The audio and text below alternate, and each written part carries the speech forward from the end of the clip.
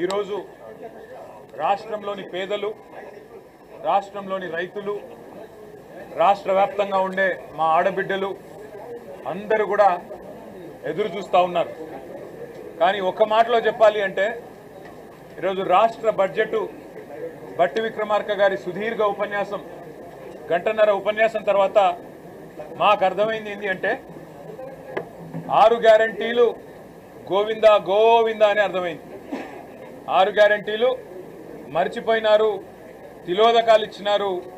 100 రోజుల్లో 6 గ్యారంటీలు అనే మాట ఇవాళ పాతర వేసినారు అనే మాట స్పష్టంగా అర్థమైంది. ఈ మాట నేను ఎందుకంటా ఉన్నా అంటే ఈరోజు రాష్ట్ర ప్రభుత్వం ప్రవేశపెట్టిన రెండవ బడ్జెట్, వారు అధికారంలోకి వచ్చిన తర్వాత డిసెంబర్ 2023లో ఇది రెండవ బడ్జెట్ వారు ప్రవేశపెట్టింది. ఈ రెండవ బడ్జెట్ చూసిన తర్వాత రాష్ట్ర వ్యాప్తంగా ఉండే మహిళలు 2500 రూపాయలు 100 రోజుల్లో ఇస్తామని చెప్పి ఏ హామీ ఇచ్చైతే మహిళల ఓట్లు వేయించుకొని గెలిచినారో వారందరూ కూడా ఇవాళ పూర్తి స్థాయిలో హతాశులైపోయిన పరిస్థితి.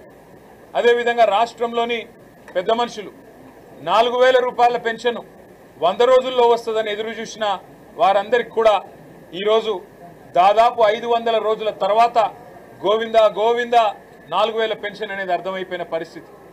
ఇంకొక మాటలో చెప్పాలి అంటే ఈ బడ్జెట్లో ఇచ్చిన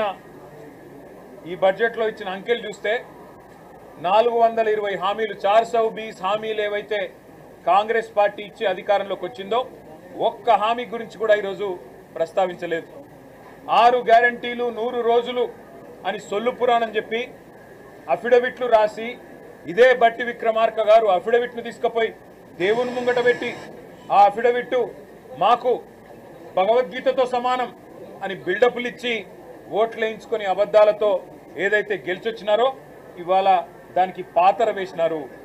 40% సమయం ఈ బడ్జెట్తో ఒడిసిపోయింది. 40% ఎందుకంటున్నా అంటే ఏ ప్రభుత్వానికైనా 5 సంవత్సరాల పదవీ కాలం ఉంటుంది, 5 బడ్జెట్లు ప్రవేశపెట్టే అవకాశం ఉంటుంది.